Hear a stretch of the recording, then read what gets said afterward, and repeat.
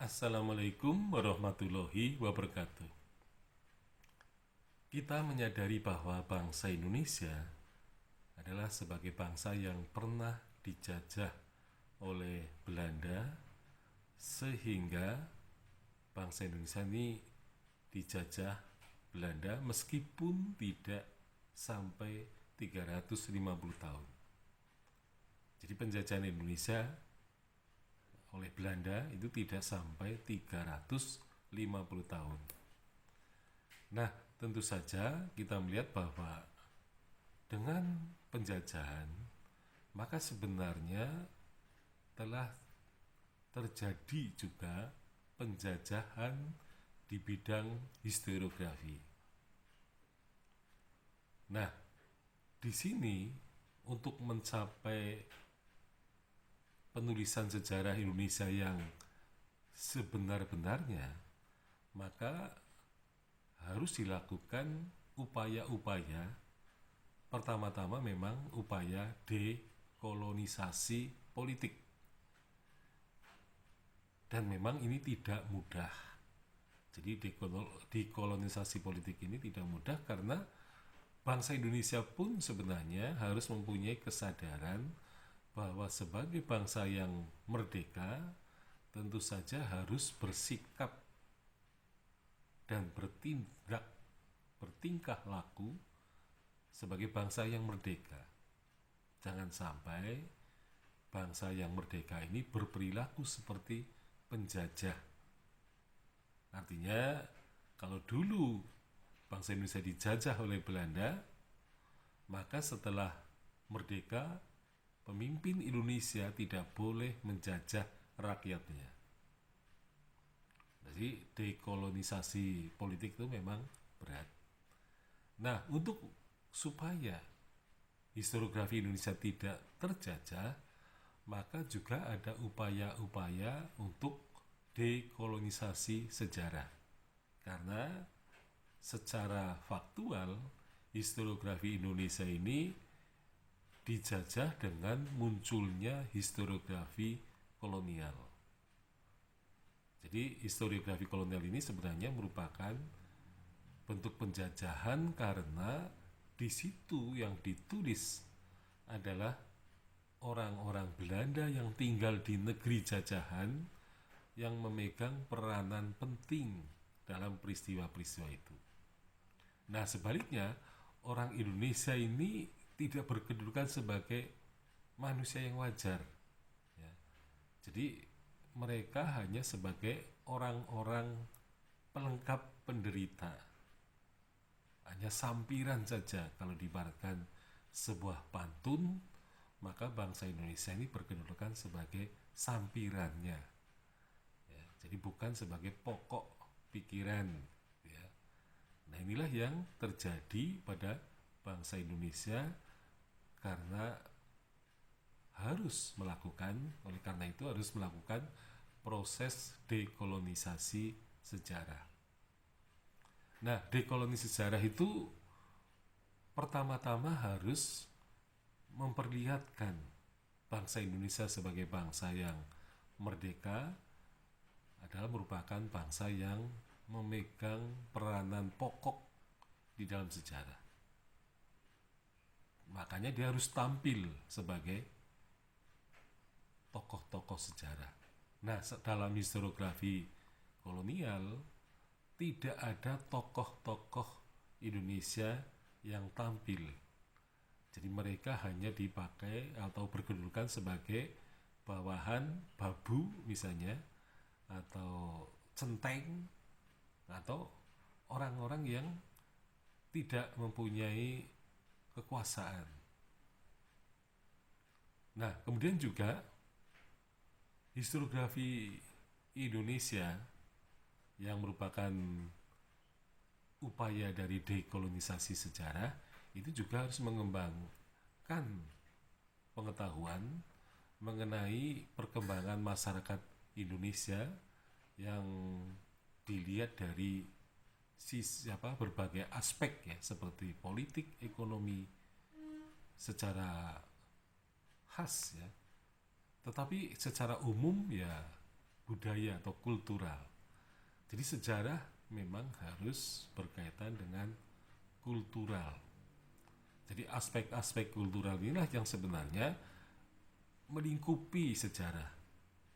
Jadi seperti politik, ekonomi, ya, seni dan sebagainya ini merupakan suatu historiografi yang sebenarnya tidak lengkap ya. Jadi yang paling lengkap itu adalah aspek kultural, karena kultural itu menyeluruh. Nah, jadi di situ perkembangan masyarakat Indonesia berkaitan dengan kulturalnya. Nah, kemudian seterusnya historiografi Indonesia yang sering dikatakan dengan istilah Indonesia sentrisme itu harus memperlihatkan ya bahwa masyarakat Indonesia itu adalah masyarakat yang merdeka, merdeka dari politik, merdeka dari penjajahan historiografi.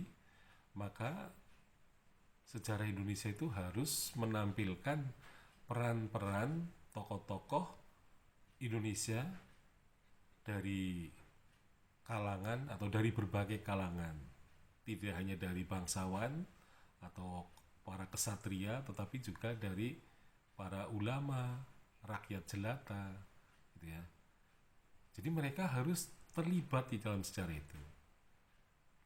Jadi sejarah Indonesia sentris tidak boleh hanya misalnya raja sentrisme, ya, kemudian juga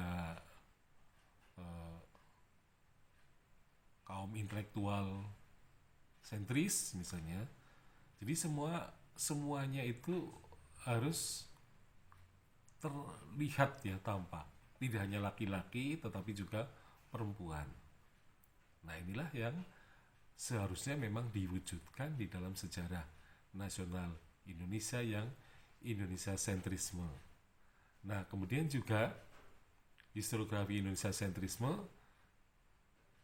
ya, harus memperlihatkan ya, bahwa bangsa Indonesia sebagai bangsa yang merdeka harus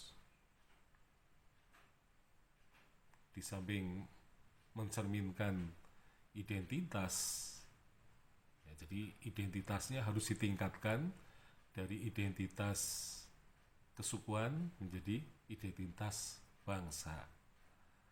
Di sini wawasan primordialisme harus dibuka seluas-luasnya menjadi wawasan nasionalisme. Nah, nasionalisme ini tidak berarti mengkotak-kotakan bangsa, ya. Jadi ada yang mengatakan bahwa nasionalisme itu mengkotak-kotakan bangsa, itu bangsa sebagai bagian dari dunia, kehidupan dunia. Jadi memang masyarakat Indonesia sebagai masyarakat yang merupakan bagian dari dunia yang tidak terpisahkan, memang harus berlandaskan nasionalisme. Nah, kemudian bisa ditingkatkan menjadi yang lebih luas lagi. Nah, karena itu harus melalui kesadaran ya. Itu kesadaran bahwa bumi tempat berpijak itu merupakan landasan ya, geopolitik, ya, geoekonomi, geokultural ya. Jadi semuanya aspek-aspek kehidupan kita ini berkaitan dengan di mana kita lahir, di mana kita dibesarkan, dan di mana kita akan mati, dan kemudian di mana kita akan dikuburkan. Nah, ini geopolitik, geoekonomi itu harus menjadi perhatian yang serius bagi bangsa Indonesia. Artinya kita sebagai bangsa yang hidup pada suatu tempat yang khas, ya kita harus menunjukkan karakter yang sesuai juga ya. Jadi misalnya bangsa Indonesia sebagai bangsa yang hidup di negeri yang panas matahari ya, berarti kita sebenarnya bangsa yang mempunyai hubungan sosial yang sangat baik ya, karena kita selalu melakukan ya katakanlah interaksi sosial dan transaksi sosial yang bisa dikatakan terus-menerus ya. Lain halnya dengan negeri yang dingin misalnya. Maka bangsa Indonesia karena di sini tidak ada salju, tidak ada musim dingin, maka tentu saja orang tidak hanya tinggal di rumah saja, tetapi kegiatan manusia itu bisa dilakukan di mana-mana. Nah, ini keuntungan dari bangsa Indonesia sebagai bangsa yang hidup di tropis ya. Kita bisa memperoleh kehidupan dengan mudah karena semua tumbuhan bisa subur ya, binatang atau hewan bisa hidup. Nah, sementara di tempat-tempat lain tentu berbeda. Nah, karena itulah maka bangsa Indonesia sebagai bangsa yang berkaitan dengan tempat mereka lahir, maka kesadaran terhadap geopolitik misalnya, jadi tempat tinggal kita kaitannya dengan kehidupan politik gitu ya, ini harus disadari betul.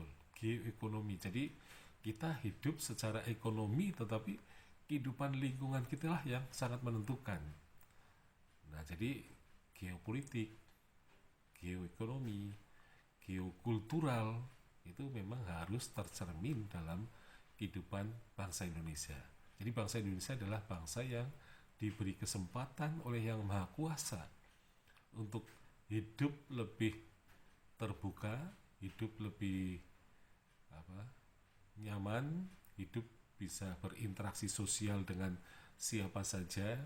Nah, sehingga bangsa Indonesia ini merupakan bangsa yang bermartabat karena faktor geopolitik, geoekonomi, dan geokultural yang menjadi landasan kehidupan kita semua. Sekian, Assalamualaikum warahmatullahi wabarakatuh.